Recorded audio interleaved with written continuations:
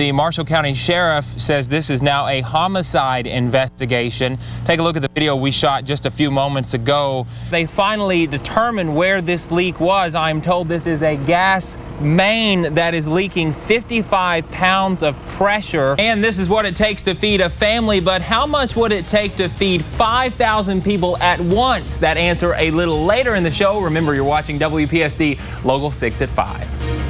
And security is tight. Every door has a different tone.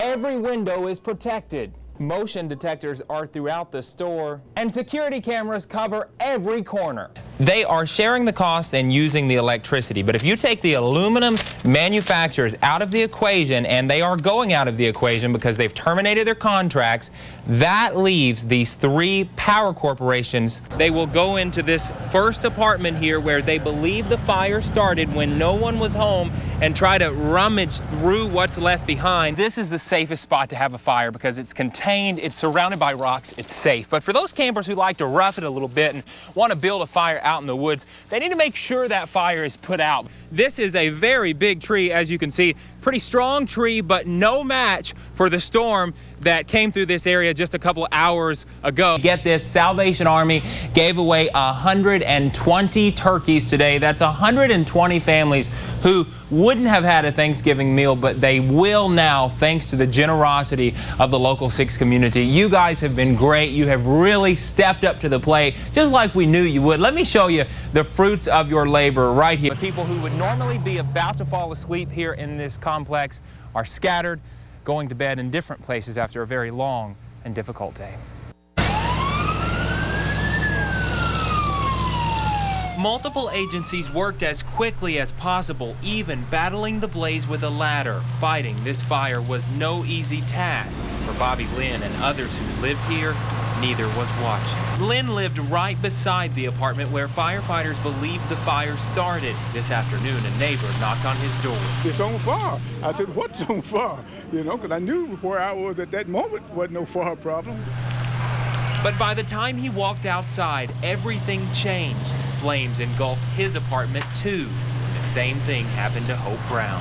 When I looked out, the flames were just shooting our way pretty fast, so I didn't have time to get anything. All they could do is gather at the church next door where they found Pastor Brent Ballou. Mainly, I asked him if I could give him a hug, because that's about all I could do. As responders doused the complex with water, Ballou also used water to quench his neighbor's thirst, cool them off, and remind people like Hope that there is hope, even when it seems like all is lost. Absolutely, absolutely. I think we'll be all right with God's help and all our family, and we'll pull through it. I'm sure we will. That's the Highland Cumberland Presbyterian Church, by the way. That congregation met tonight for a midweek Bible study. The pastor said they set a special time aside to have a special prayer for their neighbors in need. Video voyeurism or just an honest mistake? A woman who was tanning in a private booth says she found an iPhone with the camera pointed toward her, but the tanning salon employee says his iPhone just happened to be there on a ledge near the ceiling. He wasn't hiding it. Police charged 23-year-old Dustin Lee Sweeney of Union City, Tennessee with unlawful photography in violation of privacy. He's now out of a job, but sharing his side of a story that even he admits is hard to believe. Local 6's Jason Hibbs joins us now. And Jason, if he didn't mean to record the woman while she was tanning, why was the phone on the ledge and the camera rolling? Scott, he says he used the camera function on his iPhone like this to look for dirt up on a ledge that he normally couldn't see. He says he accidentally left the camera on and pointed toward the tanning bed. His boss, co-worker, and police aren't buying that story, so I gave him a chance to explain. I've got to stand by my story. 23-year-old Dustin Sweeney says it's pure coincidence that his iPhone camera was on and in the perfect spot to catch the unsuspecting woman as she tanned. So it just happened to land like this. Well, that's how I had it when I was looking, and that's how I set it down.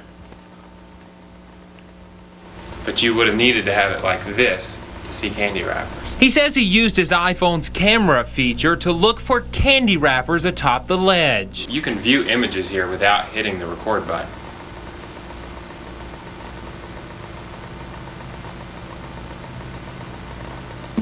But not if you're using the flash. But the flash on our iPhone works just fine when not recording. Like that, yeah. Still not recording. Well, I mean, maybe I just don't know my iPhone well enough to know that. The victim snatched the phone, took it out here to the parking lot, started looking at the video, and then called police. Dustin followed her out here and said he would delete all the video if she just gave back the phone. Union City Interim Police Chief Perry Barfield says keeping the phone until police arrived was the right thing to do. He probably thought he could cover up his tracks by getting that phone and possibly deleting those images from the phone. It was an accident, and I'm sorry it happened the way it did. Sweeney tells me while most people do not believe him, his girlfriend and parents do. Right now he's depending on support from his family, his church family, and he's looking for another job.